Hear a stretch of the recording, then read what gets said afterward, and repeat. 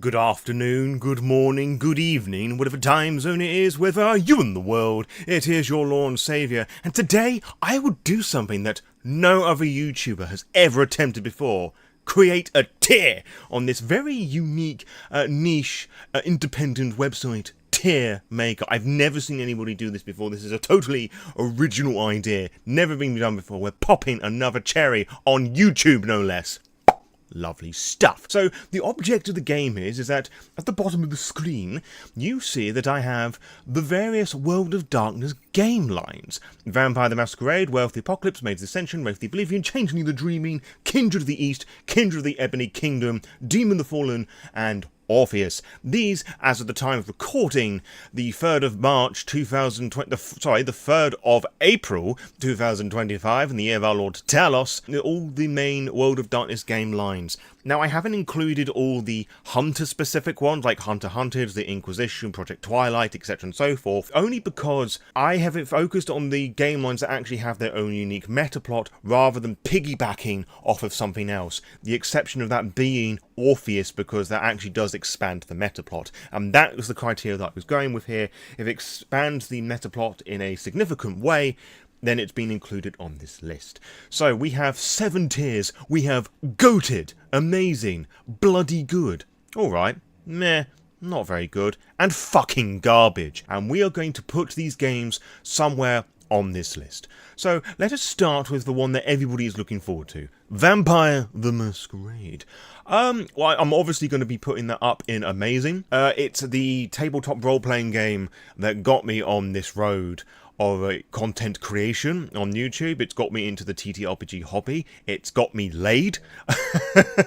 Like, jokes aside, like, there's actually no jokes about that, actually. Like, I would still be a fucking virgin without this, and I have met the most gorgeous individual in all of creation. Like, everybody who's in a relationship, you all fucking failed, because my partner is the hottest one of them all. It's just maybe a little biased, but it's based in that bias. But, you know, all of that aside, I absolutely adore Vampire the Masquerade. All of its politics, its variety in gameplay, its different clans. Like, it's a fucking really cool game, I think. And I don't think there's a lot of vampire TTRPGs that do the whole gothic, romantic things as well as vampire. But then again, I haven't really delved too much in a lot of vampire-focused RPGs, so if there are any that think that does the whole Vampire the Masquerade thing better than Vampire the Masquerade, other than Requiem, because I know there's going to be that one smart arse who's going to say that, let me know in the comments below. And I'm saying that in jest because the elements of Vampire the Masquerade, Vampire the Requiem, oopsie, that I do like. I mean, they all made their way in Vampire the Masquerade 5th edition. Hey! So let's move on to Wraith the Apocalypse. Honestly, I think that is sitting somewhere between bloody good and the amazing tier. I'm going to put that in bloody good, purely because it hasn't had the same impact that Vampire the Masquerade has, and I'm still learning quite a lot about Werewolf, and I think the thing that makes Werewolf stand out a little more than Vampire the Masquerade is that, yes, it has its own set of politics, but there is an extra step of nuance and difficulty, I feel, to role-playing the Guru and dealing with the whole sects and Karens and spirits that can make it that bit more difficult for people to get into, because I feel a lot of people within the World of Darkness, which, let's be frank here, are vastly Vampire the Masquerade players, will treat the Guru as just rage-induced NPCs that just go and rip and tear and everything is so combat-heavy, which I do and don't agree with. Because, yes, that is the mindset that a lot of vampires play with, but there's a whole familial bond and, like, family is richer than blood sort of element to it. There's an aspect of found family. The spirits of the Karens and the whole set theme provides a very interesting, and I'm going to use this word carefully, tribal aspect to its families and its communities. The different werewolf tribes do also add in an extra step of difficulty, just because you have people who read into their, like, descriptions in the core books that says, oh, they're from this part of the world, and you have this weird mental block that, oh, I can't play this tribe because my character doesn't come from this part of the world. Like, people don't travel across the world. It just says where they are mostly found. You know? Like, there's a lot more nuance to Wraith the Apocalypse that people give it credit for.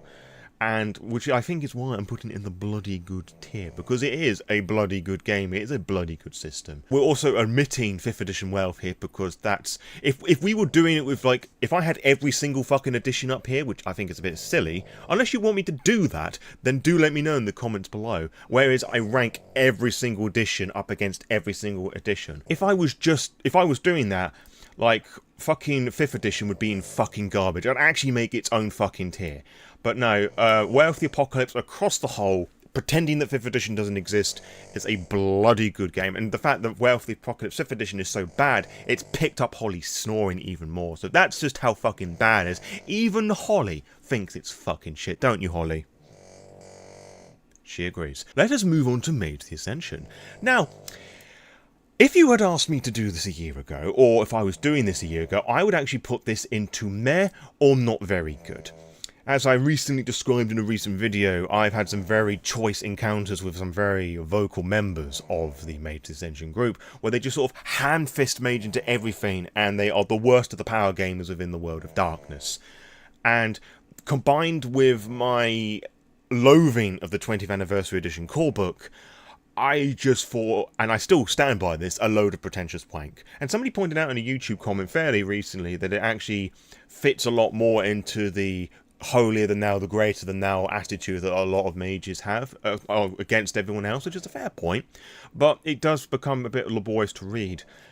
However, having read very recently all 4 editions of Mage the Ascension back to back, of cards going to appear somewhere now, and also I will be starting to read some more Mage the Ascension books soon.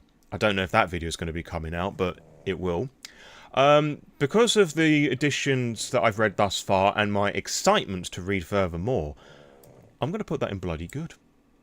Which may surprise a lot of you, but I'm actually really vibing with it. Like, just tickling the brain juices a lot more, what I could do with Mage. And I want to learn more about the setting, and I put my own little twist of things, and also include mages properly in my other World of Darkness games, because let's face it, it's probably going to be vampire more. And just all these different ideas are just bouncing off around my head a lot more, and I just want to give Mage a shot, you know, and I think that's pretty fucking cool, honestly. So yeah, that's where I am with Mage at the moment. Now, if I've read these other core books and I think it's a bit much, I may move it down if I was to reapproach this list, but at this moment in time, I'm putting Mage on the bloody good tier. Now we get on to Wraith the Oblivion. As we're doing this in order, might as well just carry on. Wraith's in goated. Like, it's my favourite tabletop role-playing game of all time. I love the gothic romantic elements of Vampire the Masquerade and the tragedy that's behind its specific brand of horror. That's where most of the goth stuff lies. But I'm a soppy romantic at heart, and I do love goth romantic tales a lot more than the gothic punk ones of Vampire the Masquerade, even though I think a lot of those punk ideas are very relevant with today's political climate.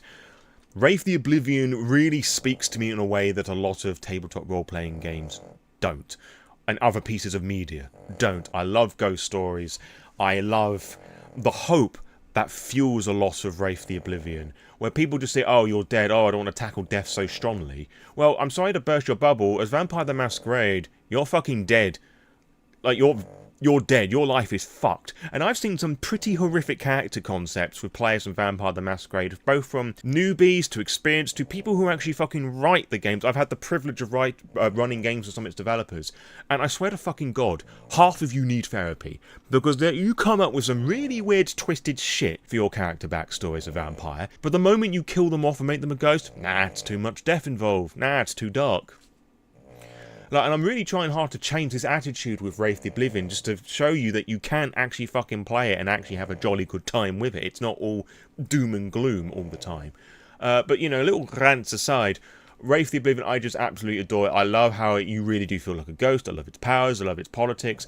And I love it that it really encourages you to embrace its darkness as well, because it's a very fucking dark game. Like, all the way through its 3 editions, 1st, 2nd, and 20th Anniversary Edition, like, it encourages you through little boxes, like written boxes in the book, to embrace the dark, to not shy away from it, but also not to push people so they make them feel uncomfortable, which I absolutely adore. There is just so much I could say about Wraith, but we've got to get through like 5 other games here, but it's goated. Like, nothing will make me change my mind on that. So sorry, Vampire the Masquerade fans, there's a lot of games better than Vampire. Anywho, changing the dreaming. I'm going to put this on meh, purely because I don't have a lot of interest on it. I read it a couple of years ago, the 20th anniversary edition.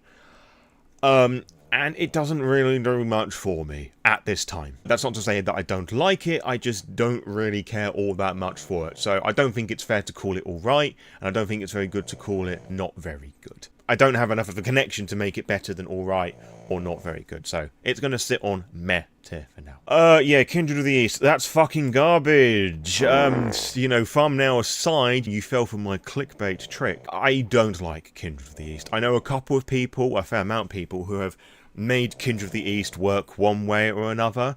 Admittedly, if you read its companion and some of its Dharma books, which are its equivalent of the Vampire Clan books, it does become a lot better. But there is quite a lot wrong, I feel, with Kindred of the East. I mean, it does feel very Vampire the Anime in places. It follows through with that common White Wolf trick of like, oh, everything that's in Asia, it's Chinese. The Chinese are bad, they're wanting to invade, they're the bad guys, they look down on us, blah blah blah. It's a very racist ideology. You find this often described in media as the yellow peril, as it were, and it stems off from a lot of fears that were happening in the 1980s America. A lot of cyberpunk media actually comes off from that idea as well. And White Wolf really dove balls deep into that idea with Kindred of the East, and a bit with Wraith the Oblivion, you know, just to highlight that. Despite being goated, it does have some flaws. But Kindred of the East, I think it goes a bit too much far into that. And they're glass cannons, which isn't necessarily a bad thing, but it does too much, I think. There are elements of Wraith in there because they've got their own shadow, or called a Poe, with its own archetype. It's got elements of Well of the Apocalypse there. It takes basically all the most complicated bits from other game lines and shoves it into one thing. I've seen some people think that it would do better if it was a Risen supplement. I disagree with that because there's a whole culture around with that. Yeah, so I applaud those people who have actually gone out of their way to make Kindred of the East better for their own tables and put out homebrew on the Storyteller's Vault that makes it not so racist. Like, it's great that people can do that and, like, you know, sprinkle glitter all over shit. You're still working with a pile of shit, so that's what I think of it, and I think a lot of people can agree with me that it's fucking garbage. But there's one game that beats that in my opinion, and that's Kindred the Ebony Kingdom. Oh boy, just with that fucking title alone, who was in charge of calling it that? Like, that is so racist, just in the title. And having Leaf Jones doing the tribes, I forget what they're called, the Legacies, the Liabon Legacies, was a choice because it's a bit cartoony and it makes these predominantly black people look like wild savages. And we're just talking about the fucking artwork, to be honest. Like, the element of its history that I find very interesting, similar with Kindred of the East. I've spoken about before how when I got into Vampire, it was through Bloodlines. And you're going through learning bits and pieces about the Western vampire lore, and then you go to Chinatown, and then you find out there's this whole other breed, offshoot, caste, whatever, of vampires. Alright, so there's the Kuei Jin clan, and no, they're actually a different type of vampire altogether. So I find that element of it interesting, and then you read the rest of it, and then you find out it's a big pile of wank. I've got very little good to say about Kindred of the Ebony Kingdom. I think the origin story of the Liabon's interesting. I like that there is a different take on vampire history, because it's very clear that they are the Western vampire clan offshoots. They've got the same weaknesses, they've got similar disciplines. Like, it's just different members of those clans went to different parts of Africa and they did their own thing. However, it does treat Africa as one big country, where it's not. It's a continent with a load of different countries, each one with their own subcultures and cultures and religions and ethics and all the rest of it. But it just paints all of it as just one type, and it's just a bit fucking silly, which is also a bit silly when you consider the fact that one of its opening pages tells you to do your research, and I don't think White Wolf did a lot of research with it anyway. So whilst there's some bits that are very interesting, again, I've seen a fair amount of people that have made a lot of good stuff from Kindred of the Ebony Kingdom. I like that in V20 Dark Ages, you have the three Liabon, the Ramunga, the Bonsam, and the Ramunga. They have a bit more research in them, which I think is pretty cool. But Kindred the Ebony Kingdom game is a bit shit. Also, both this and Kindred the Ebony Kingdom require you to have Vampire the Masquerade revised, because they're revised edition source books, to make full use of its rules. Which, if you've been playing Vampire, you probably know about the back of the hand, but if, for whatever reason, these are your first games within the World of Darkness, that's a bit annoying. And I also feel a bit, it's a bit shitty that you're required to have an additional book to play something. Like, because then it just feels like DLC, which is different from a source book, which it adds information to it, whereas these two are just treated as their own game lines. So, there are many different elements of that. If I wasn't British and white as fucking snow, I would talk a lot more about the lore and why they don't work and what I would do to change them, but of course I'm not, and I'm not going to, because frankly I've put them in the fucking garbage tier. I don't care that much for them. It'd be interesting to see what people have done with Kindred the Ebony Kingdom to make it work better, but I seriously, I haven't seen any of that really, so I think that just says, oh really, that people are prepared to work with Kindred of the East to make that work, but they've done fuck all with Kindred of the Ebony Kingdom. Anyway, that's enough about fucking garbage. Let's go on to Demon the Fallen.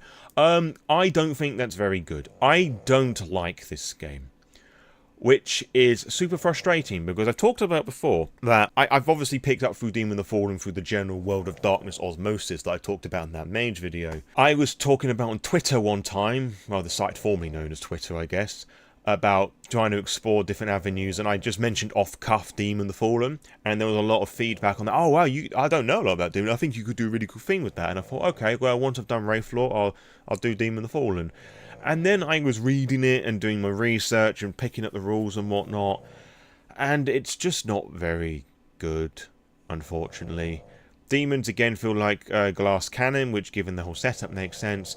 There's a lot of problematic material, particularly with the Earthbound book, which basically every religion that wasn't Christian was done by the most horrific of demons, the most debased of all of them, which is a bit insensitive. I'm not a very religious person. I find myself to be more spiritual than I am religious, but I think it's a bit fucking crass to paint every single religion that isn't Christian-based done by the most horrific of demons. It's one of the drawbacks with the World of Darkness. Like, everything revolves around Vampire the Masquerade, and with it being so tied into Christian lore, mythology, whatever you want to fucking call it, scripture, everything just kind of has to bound itself in this Christian ideology, which is a great full setback with Demon the Fallen, I guess, but then again, Demon the Fallen obviously was going to have some Christian ties, but it also develops the plot lines with Wraith in ways I don't like, that the OG ferryman with demons, which should make the Wraiths very fucking interesting in that regard, but anything, it just makes it less interesting, because rather than being these OG powerful Greek people, it retcons that and say, no, there was some of Lucifer's finest, or whatever it was.